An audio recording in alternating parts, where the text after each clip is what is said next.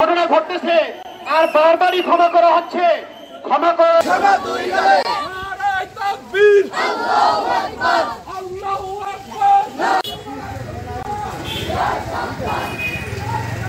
আপনারাও সুন্নতের পরে সুন্নত অবলম্বন করেন, সুতরাং সেই আপনাদের ক্ষমতা মোতাবেক অবশ্যই বিবৃতি দিবেন এবং বিদেশি সরকারের যে রাষ্ট্র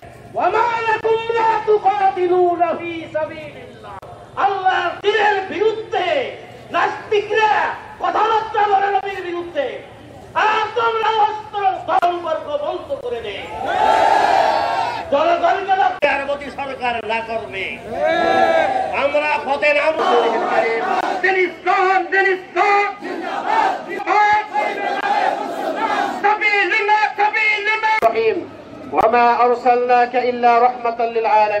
বিশ্বের মুসলমানদের হৃদয়ে রক্তক্ষরণ হয়েছে আলাইহিস সালামকে নিয়ে এবং উম্মুল মুমিনিন হযরত আনহুকে নিয়ে অশালীন বক্তব্য পেশ করেছে। কূটনৈতিক সম্পর্ক ছিন্ন করুন। কারণে ভারত কাঁপছে।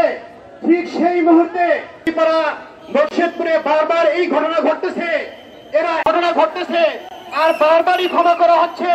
ক্ষমা করে বাবু দাসকে গ্রেফতার করা না হয় তাহলে এদেশে পাবে না। মোহতারাম হাজিরিন, 24 ঘন্টার মধ্যে এই বাবু দাসকে গ্রেফতার না করা হয় তাহলে প্রশাসন এবং গোয়েন্দা বিভাগ প্রশ্নবিদ্ধ হবে। অর্জিত কাজ করেছে, এজন্য আমরা প্রতিবাদ জানাতে জানিয়েছে এবং কূটনৈতিক চাপ বলবৎ রেখেছে।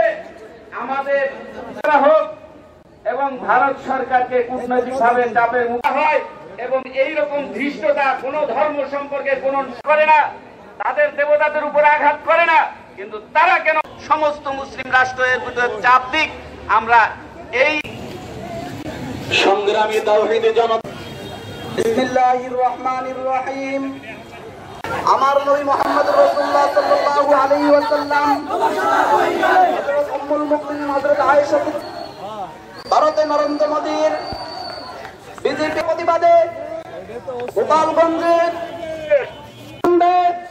এই নূপুর শর্মাকে ফাঁসির কাছে বাইরে আসেন, বাইরে আসে কথা বলেন, খেলা হবে মাঠে আসেন, আপনাদের সঙ্গে মাঠে